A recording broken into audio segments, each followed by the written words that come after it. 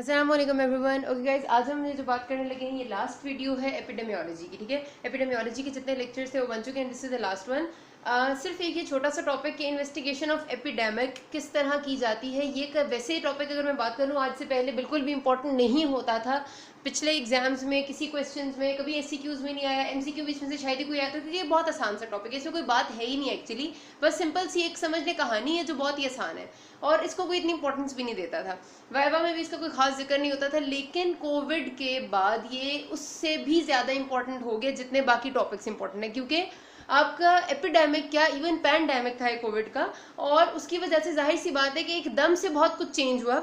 उसमें देखा उन्होंने जल्दी जल्दी कि किस तरह से क्या क्यों फैल रहे हैं, क्या रीजंस हो सकती हैं, कितना स्प्रेड है, कितनी इम्यूनिटी है लोगों में, कौन कौन सी चीज़ें हैं जो इसको फैला रही है, कौन से लोग हैं जो इसके रिस्क पे हैं। ये सब चीज़ें बहुत जल्दी जल्दी देखनी पड़ी और वो सारी की सारी चीज़ें देखने के बाद जल्द से जल्द उन्होंने कोशिश की कि हम इसका बताएं कि किस किस तरह से प्रिवेंटिव मेजर्स अपनाए जा सकते हैं, सो दैट पीपल लोगों को ज़्यादा इससे नुकसान ना हो। और आपने देखा जाहिर पूरी दुनिया में ये चेंज था।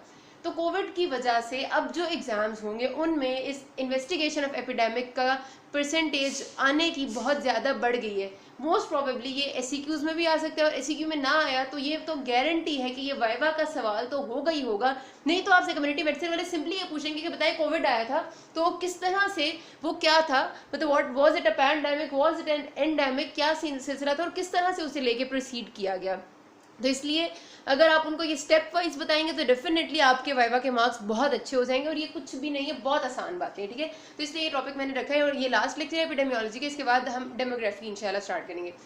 तो पहली बात तो एपिडेमिक तो आपको पता है कि ये होता है कि जब भी कोई डिजीज किसी एरिया में अपनी नॉर्मल जितनी वो प्रेजेंस होती है उसकी उससे 4 गुना ज़्यादा आ जाए। सपोज मेरे पास हर साल 10 केसेस जो है वो आते हैं सीजन में, कह लें ऑटम सीजन में मेरे पास हर साल 10 केसेस ऑलमोस्ट मलेरिया के आते हैं इन इस्लामाबाद। ठीक है, अगर ये केसेस 10 के बजाय 10 मल्टीप्लाई बाय 4 यानी 40 आ जाए और उससे भी ज़्यादा, मतलब 4 गुना ज़्यादा हो जाए, ठीक है, बल्कि 10 रेज टू द पावर 4 हो जाए, जो कि काफ़ी ज़्यादा होता है, तो उसको हम कहते हैं कि ये उस डिजीज़ का एपिडेमिक आ गया, क्योंकि केसेस बहुत ज़्यादा हो गए हैं। और अगर कोई डिजीज़ किसी जगह पर बिल्कुल ख़त्म हो चुकी है, सपोज हम कहते हैं स्मॉल पॉक्स दुनिया से इरेडिकेट हो गया, ख़त्म हो गया, तो उस डिजीज़ का एक केस भी किसी जगह पर आ जाता है तो उसे हम एपिडेमिक कहते हैं। सपोज स्मॉल पॉक्स अगर पाकिस्तान में एक केस भी आ जाता है और वो कंफर्म्ड स्मॉल पॉक्स का केस होता है तो हम ये कहेंगे कि स्मॉल पॉक्स का एपिडेमिक आ गया है। ठीक है, पैंडेमिक कब कहते हैं? जब यही एपिडेमिक एक पर्टिकुलर रीजन के बजाय, मतलब सिर्फ पाकिस्तान को इन्फेक्ट करने के बजाय या सिर्फ किसी एक मुल्क को इन्फेक्ट करने के बजाय पूरी दुनिया में फैल जाता है, वाइड स्प्रेड ग्लोबल उसकी हो जाती है स्प्रेड, तो उसको हम कहते हैं कि अब ये पैंडेमिक हो गया। जैसे कोविड को हम पैंडेमिक कहते हैं, लेकिन जाहिर सी बात है जैसे एक पैंडेमिक होगा या एपिडेमिक है, दोनों के जो इन्वेस्टिगेशन के स्टेप्स हैं वो सेम होंगे। ठीक है, उसमें कोई खास डिफरेंस नहीं होता। पैंडेमिक भी यही होता है कि केसेस एकदम से इंक्रीज हो जाए पूरी दुनिया में और एपिडेमिक केसेस एकदम से इंक्रीज हो जाए किसी पर्टिकुलर एरिया में, तो इसलिए दोनों के इन्वेस्टिगेशन के स्टेप्स ऑलमोस्ट सेम होते हैं। सबसे पहले क्या करना है, कोविड की एग्जाम्पल को लेके चलते हैं। सबसे पहले हम जाहिर सी बात है हमें ये लाजमी देखना होता है कि भाई डायग्नोसिस एक्चुअली है क्या बीमारी का। जैसे अब Covid is a respiratory problem, बहुत सारे लोगों को हो सकता है नमूनिया हो और Covid is also a type of नमूनिया, तो डेफिनेटली हमने ये डिफ्रेंशिएट करने के कौन से ऐसे लोग हैं जो नमूनिया के हैं, कौन से ऐसे लोग हैं जो एम्फाइजीमा के हैं, कौन से ऐसे लोग हैं जो किसी और लंग डिजीज़ के हैं, इंटरस्टिशियल लंग डिजीज़ है, किसी और किस्म की लंग डिजीज़ है लेकिन वो कोविड नहीं है। क्योंकि जब तक हम डायग्नोस नहीं करेंगे, बहुत सारे लोगों में आपने देखा था, बल्कि सबने देखा था कि एकदम से सब लोगों के दिमाग में बात आ गई कि भाई जिसको भी सांस का मसला होगा वो शायद कोविड ही होगा। ऐसा नहीं होता। वी हैव टू डिफ्रेंशिएट के हमने जो डिजीज़ है जिसका एपिडेमिक हमें लग रहा है कि आ रहा है, क्योंकि जो डिजीज़ एकदम से इंक्रीज हो रही है, क्या वो वही डिजीज़ है? ये लोग सबके सब, क्योंकि एकदम से लोगों के दिमाग में साइकोलॉजिकल चेंजेस आ जाते हैं, वो सारी एक ही डिजीज़ समझने लग जाते हैं। तो इस वजह से verification of diagnosis is the first step कि कंप्लीट डायग्नोसिस होना चाहिए और उसके लिए कोई ना कोई इन्वेस्टिगेशन होनी चाहिए जो कंफर्म करे कि येस ये वही वाली डिजीज़ है जिसको हम समझ रहे हैं कि एपिडेमिक आया है। फिर एपिडेमिक को कंफर्म करना है उस एरिया में। एपिडेमिक की कंफर्मेशन का क्या मतलब है कि अब मैंने आपको पहले बताया था कि पूरा साल सपोज पाकिस्तान में डेंगू के कोई खास केसेस नहीं होते, मतलब ऑलमोस्ट होते ही नहीं है शायद, लेकिन जैसे ही आपका मानसून का सीजन स्टार्ट होता है, सावन का सीजन, एकदम से डेंगू के केसेस आने लग जाते हैं। तो ये हमारे लिए नॉर्मल बात है कि मानसून में डेंगू का फ्लरिश होने का टाइम है और उस टाइम उसके केसेस आते हैं, सो दिस इज नॉर्मल, उसको एपिडेमिक नहीं कहते। लेकिन अगर वो केसेस पिछले साल के मैं एग्जाम्पल दूँ तो बहुत ज़्यादा ज़्यादा आए थे। नॉर्मली अगर हमारे पास मानसून में 100 केसेस आएंगे एपिडेमिक के एक शहर में, तो पिछली बार वो हज़ारों में आ गए थे कि हमारे हॉस्पिटल्स में जगह खत्म हो गई थी। इस वजह से उसको हमने कहा था कि डेंगू का एपिडेमिक आया है, ठीक है। तो ये चीज़ डिफ्रेंशिएट लाजमी करनी होती है कि एपिडेमिक है भी या नहीं, मौसमी तब्दीली की वजह से तो बीमारी नहीं आ गई, ठीक है। सेकेंड ये स्टेप है। तीसरा ये स्टेप है कि आपने फिर कंप्लीट रिकॉर्ड लेना है। रिकॉर्ड किस चीज़ का लेना है कि कौन, आपने जिस तरह हमने क्या किया, हमने सारी लेबॉर्ट्रीज में इन्फॉर्म कर दिया, सारे हॉस्पिटल्स में इन्फॉर्म कर दिया कि जहाँ भी आप किसी भी इस बीमारी के कोविड के केस को डायग्नोज करेंगे आपने उसको रिपोर्ट करना है, because this is a notifiable disease, ठीक है। तो आपने उस सारी का रिकॉर्ड, आप ज़ाहिर एक एक बंदे के पास जाके तो नहीं ले सकते, तो आपने सारे केसेस का पता इसी तरह रखना होता है कि आप हर लैब, हर हॉस्पिटल, हर क्लिनिक को बता देंगे कि भाई you have to notify us any case you get. तो आप इस तरह रिकॉर्ड लेते हैं। रिकॉर्ड के बाद आपने देखना है कि कौन सी पॉपुलेशन है जिसमें रिस्क ज़्यादा है। जैसे हमें पता था कि ये शुरू हुआ था चाइना से, तो डेफिनेटली जो लोग चाइना से माइग्रेट करके आए हैं उनमें रिस्क ज़्यादा होगा, और जो लोग उनसे मिले हैं उनकी फैमिली वाले, उनमें रिस्क ज़्यादा होगा। फिर दूसरे कौन है, क्योंकि ये फैलता है जो क्लोज्ड कॉन्टैक्ट एरियाज है, तो जो लोग पार्टीज जिन्होंने अटेंड की उस दौरान, जिन लोगों ने स्कूल्स में थे, मतलब ये लोग पॉपुलेशन एट रिस्क थी हमारी, इसीलिए सब कुछ बंद कर दिया गया। तो हमने ये डिफाइन करना होता है ताकि हम उस जगह को, उस चीज़ को फैलने से रोक सकें। फिर इकोलॉजिकल फैक्टर्स की तरफ आते हैं कि भाई और कौन सी चीज़ है जो इसको, हमारे आसपास के फैक्टर्स हैं जो फैला रहे हैं। जिस तरह मैंने अभी आपको बताया कि क्राउडिंग फैला रही थी कोविड को, इसी तरह आपस में आपके रेस्पिरेटरी ड्रॉपलेट्स थे ना, क्योंकि जिनसे ये बेसिकली हम इन्फेक्ट कर रहे थे, तो ये चीज़ें फैलाई थी। तो क्राउडिंग को उनने मना कर दिया, उनने साथ साथ बैठने से मना कर दिया। अगर कोई आपकी गैस्ट्रोएंटेराइटिस है, कोई कॉलरा टाइप डिजीज है, तो आप देखते हैं कि गंदा पानी, गंदा खाना कहाँ पर मौजूद है, वो चीज़ें मना कर देते हैं। तो ये आपने इवेलुएट करना है, चेक करना है कि क्या चीज़ है जो कि कॉज बन रही है, ठीक है। उसके बाद आपने अगला काम ये करना होता है डाटा एनालाइज करना है। जो कुछ आपने देखा कि आपके रिसर्च, इसके लिए सिर्फ सिंपल काम नहीं होता, इसके लिए लंबी लंबी रिसर्च स्टडीज़ कंडक्ट की जाती हैं। आप कोविड के लिए बहुत रिसर्चेज हुई, पूरी दुनिया में रिसर्चेज हुई कि इस इलाके में क्या चीज़ है, इस इलाके में क्या चीज़ है, एंड ऑल दैट। फिर डाटा एनालिसिस आप ये करते हैं कि टाइम के हिसाब से इसकी डिस्ट्रीब्यूशन क्या कैसी जा रही है, कि किस टाइम ये ज़्यादा हो रहा है, मतलब कौन से महीने, कौन सा टाइम है जिस टाइम ये फ्लरिश होने ज़्यादा हो रहा है। फिर प्लेस के हिसाब से कौन सी जगह है जहाँ पर ज़्यादा हो रहा है। जैसे देखा कि क्राउडी एरियाज़ में, हुजूम वाली जगहों पर ज़्यादा फैल रहा था कोविड और बाकी जगहों पर कम था।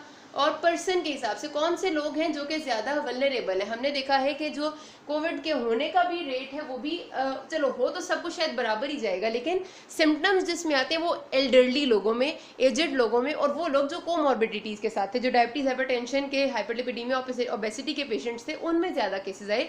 तो इसलिए टाइम, प्लेस और पर्सन के हिसाब से हमने एनालाइज किया कि यार मसला कहाँ चल रहा है ताकि हम उसको प्रिवेंट करने की तरफ जा सकें।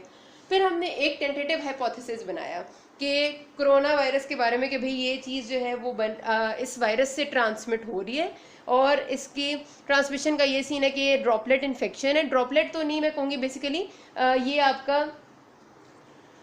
आपका जो ड्रॉपलेट इन्फेक्शन है कोविड का, तो फिर हमारे पास आ जाते हैं कि हमने कर लिया कि ड्रॉपलेट के थ्रू फैलता है। क्राउडी एरियाज़ में इसकी प्रेवलेंस ज़्यादा है, इन लोगों को ये ज़्यादा इफेक्ट करेगा, मतलब जो एजेड लोग हैं, जो कोमॉर्बिडिटीज़ के साथ हैं, और सारे के सारे जो हमारे रिस्क फैक्टर्स को हमने मिला के एक टेंटेटिव सा हाइपोथेसिस बनाया कि भाई this is the cause of this बीमारी, ठीक है।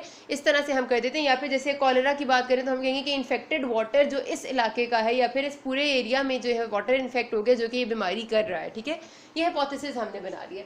फिर एक्सपेरिमेंटल स्टडीज़ शुरू होती हैं उस हाइपोथेसिस को टेस्ट करने के लिए। इससे पहले जितना कुछ हम कर रहे थे उसमें हम सिर्फ एनालाइज कर रहे थे, हम देख रहे थे, हम जांच पड़ताल कर रहे थे कि क्या चल रहा है। अब हमने एक आइडिया ले लिया कि ये कुछ चल रहा है और उससे हमें अंदाज़ा हुआ कि this is the cause of the disease, और फिर हम उसको टेस्ट करने चले जाते हैं हाइपोथेसिस को। जिस तरह हमने कोविड के लिए फिर एक्सपेरिमेंटल स्टडीज़ की कि वाकई में क्या ऐसा ही है। वैसे तो कोविड का पेंडेमिक इतनी तेज़ी से आया था कि एक्सपेरिमेंटल स्टडीज़ का करने का टाइम तो काफ़ी लंबा होता है, उतना टाइम तो हम नहीं ले सके, लेकिन मैक्सिमम स्टडी एक्सपेरिमेंटल आपकी शुरू हो जाती हैं, वो ख़त्म जब मर्जी हो, लेकिन करनी ज़रूरी होती है ताकि आपको पता चले कि either your hypothesis is right और नॉट। तो हम उसको टेस्ट करते हैं।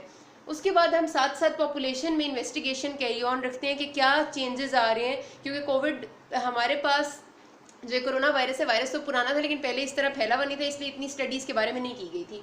फिर हमें देखना पड़ा, अब स्टडीज़ हो रही थी कि कितने स्ट्रेन बदलता है, कितनी दफ़ा इसके अंदर जेनेटिक चेंजेस आती हैं, कितने अरसे में इसका स्ट्रेन बदलता है, हम इससे इम्यूनिटी कितनी देर मेंटेन रख सकते हैं। ये सारी इन्वेस्टिगेशन साथ साथ पॉपुलेशन में कैरी ऑन रहती हैं। और इन सारी इन्वेस्टिगेशन से आफ्टर अ टाइम जब आप हाइपोथेसिस को किसी हद तक किसी शॉर्ट मेथड से टेस्ट कर लेते हैं, फिर आप रिपोर्ट लिखते हैं। रिपोर्ट में आप वो पूरी बात लिखते हैं कि यह कहाँ से आया, ओरिजिन क्या है, और हर चीज़ उस बीमारी के बारे में डिटेल से कि किन इलाकों में फैला, शुरू किया, दाएं बाएं एवरीथिंग, और ताकि एक आप पूरी पिक्चर बंदे के सामने रख सके कि यार ये मसला है, ठीक है। और जब आप पूरी रिपोर्ट लिख लेते हैं, मतलब ये कि आपने काफ़ी हद तक उसके बारे में जान लिए, तो फिर आप उससे बचने के जो तरीके हैं टेम्परेरी और परमानेंट बेसिस पे वो बताते हैं लोगों को और उनको इम्प्लीमेंट कराते हैं। जैसे जब हमें पता चल गया कि ये वेरीफाई भी होगी बात कि ये ड्रॉपलेट इन्फेक्शन से फैलता है, क्राउडी एरियाज में फैलता है, तो फिर हमने मास्क इस्तेमाल करना शुरू कर दिए, हमने हाथों को साफ करना शुरू कर दिया, हैंड सैनिटाइजर, हैंड वॉशिंग शुरू कर दी। मोस्ट कॉमनली जो इन्फेक्टेड एरियाज थे उनमें हम पूरे एक पर्सनल प्रोटेक्टिव इक्विपमेंट के साथ जाते थे। ये सारे हमारे टेम्प्रेरी बेसिस पे, जब आप टेम्प्रेरी बेसिस से मुराद है कि अगर आपका किसी से एक्सपोजर है तो आपने क्या क्या उससे एहतियात करनी है। और परमानेंट बेसिस पे एक्सपोजर ये होते हैं, लॉन्ग टर्म एक्सपोजर ये होता है, सॉरी लॉन्ग टर्म प्रिवेंशन ये होती है कि आपने हमेशा, क्योंकि अब कोविड एक ऐसी बीमारी है जो ख़त्म नहीं हो सकती, तो जाहिर सी बात है कि जब तक उसकी वैक्सीन नहीं आती, एक तो आपकी लॉन्ग टर्म प्रिवेंशन में वैक्सीन आएगी, ठीक है, जाहिर सी बात है वैक्सीन से आपको बहुत फ़ायदा होगा क्योंकि वो आपको एक इम्यूनिटी दे देगी। तो एक तो लॉन्ग टर्म प्रिवेंशन वैक्सीन से होती है, और दूसरा ये कि we have to change our lifestyle, and we have changed our lifestyle. अब हम बाहर मास्क के साथ निकलते हैं बिकॉज बाकी बीमारियों की तरह ये बीमारी भी प्रिवेल कर रही है हमारी इन्वायरमेंट में, ठीक है। सो ये सारा होता है इन्वेस्टिगेशन ऑफ एपिडेमिक। इसको सिर्फ याद ज़रा से इसलिए कर लेना क्योंकि ये आपसे पूछेंगे, ठीक है। तो यहाँ पर बात खत्म होती है, एपिडेमियोलॉजी इज़ फिनिश्ड। हम डेमोग्राफी स्टार्ट करेंगे। अब किसी कोई मसला हो you can ask me. Thank you.